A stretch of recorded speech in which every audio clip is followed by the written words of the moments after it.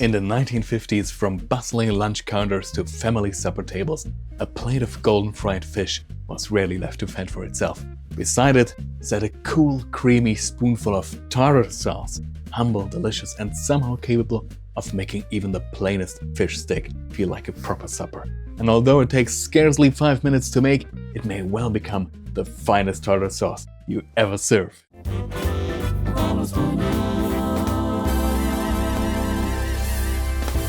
Hello my friends and fellow Apollonians, welcome back to Apollo's Diner. I'm your host Apollo Jupiter, and today we're giving the humble tartar sauce the attention it actually deserves. Let's get started!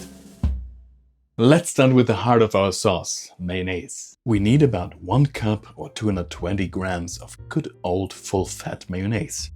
None of the light stuff here please, otherwise instead of a rich and creamy tartar sauce, we may end up with something rather pale, thin and sad. The best choice is a nice homemade mayonnaise, of course, should you wish to try it. You can find my recipe for that classic right here on the channel. Now we need something with a little more bite. I'm using 2 tablespoons of finely chopped dill pickles.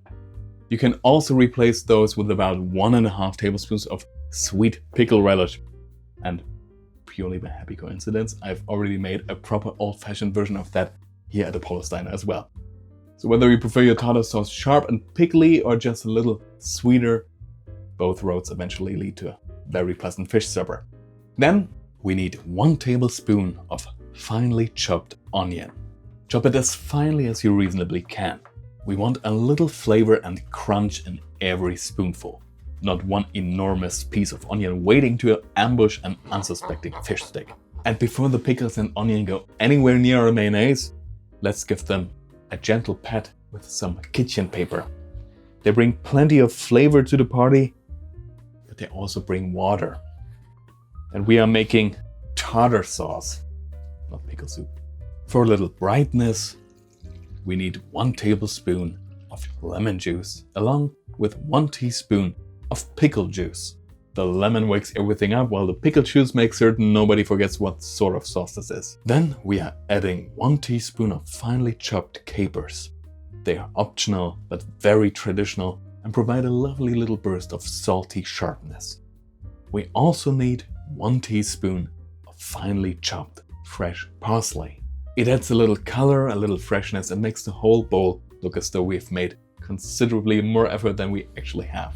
Half a teaspoon of prepared mustard gives everything a little more depth, and you guessed it, should you wish to make that from scratch as well, I've covered homemade mustard here on the channel. We're becoming quite the pantry library by now. Then all that remains is a little black pepper. Since I'm using dill pickles rather than sweet relish, I should also keep a tiny pinch of sugar nearby, just in case the sauce needs a little help smoothing out its sharper edges. As for salt, we shall wait. Between all these ingredients, there's already quite a salty little gathering assembled here. And that is our cast complete. But before they take the stage together, how did this little sauce become the almost inseparable companion to fried fish in the first place?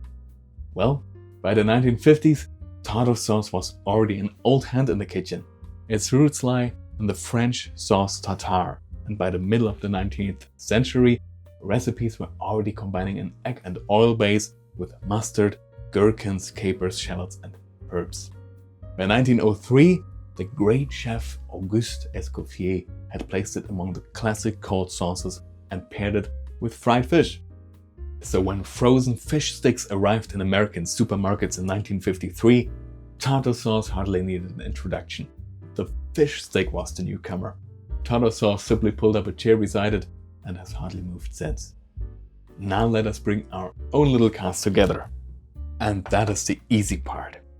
Everything goes into the bowl and we simply stir until all those little flakes are evenly distributed and the sauce looks properly thick and creamy. There's really no complicated technique here. No simmering, no machinery. Anyone can do it. So as I mentioned earlier, hardly 5 minutes of honest work. Once everything is combined, we check the consistency. It should cling generously to a piece of fish, not make a run for it across the plate.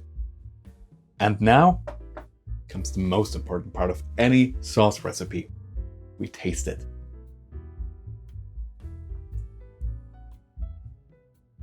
If it needs more brightness, add another little squeeze of lemon. If it's too sharp, a tiny pinch of sugar will bring it back into line. And if the mayonnaise is still trying to run the show, add a little more pickle or onion. Taste before adding salt. With the pickles, capers, mustard and pickle juice, the bowl may already have quite enough opinions. Once everything is nicely balanced, we are ready for the final important step. Cover the bowl and refrigerate it for at least 30 minutes. You could eat it now, of course, but even tartar sauce benefits from a little time to collect its thoughts. As it rests, the flavors settle into the mayonnaise, the sauce firms up again, and everything becomes much more harmonious. So I strongly recommend not skipping this part. And once you've survived the wait, our tartar sauce is ready. Just look at that. Thick, creamy, and full of those lovely little flecks of pickle, onion, caper, and parsley.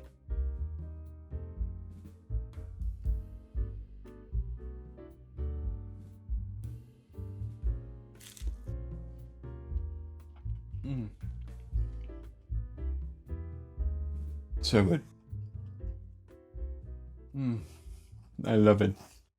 Bright, tangy, savory, and rich enough to cling properly to the fish. It is a simple little sauce, but beside a plate of golden fried fish, it earns every bit of the attention we gave it today. And should you wish to build your tartar sauce entirely from scratch, you can continue with my homemade mayonnaise or old-fashioned sweet pickle relish right here on the channel. Thank you so much for joining me today, my dear friends and fellow Apollonians. Have a wonderful day, keep the vintage spirit alive, and I'll see you in the next video.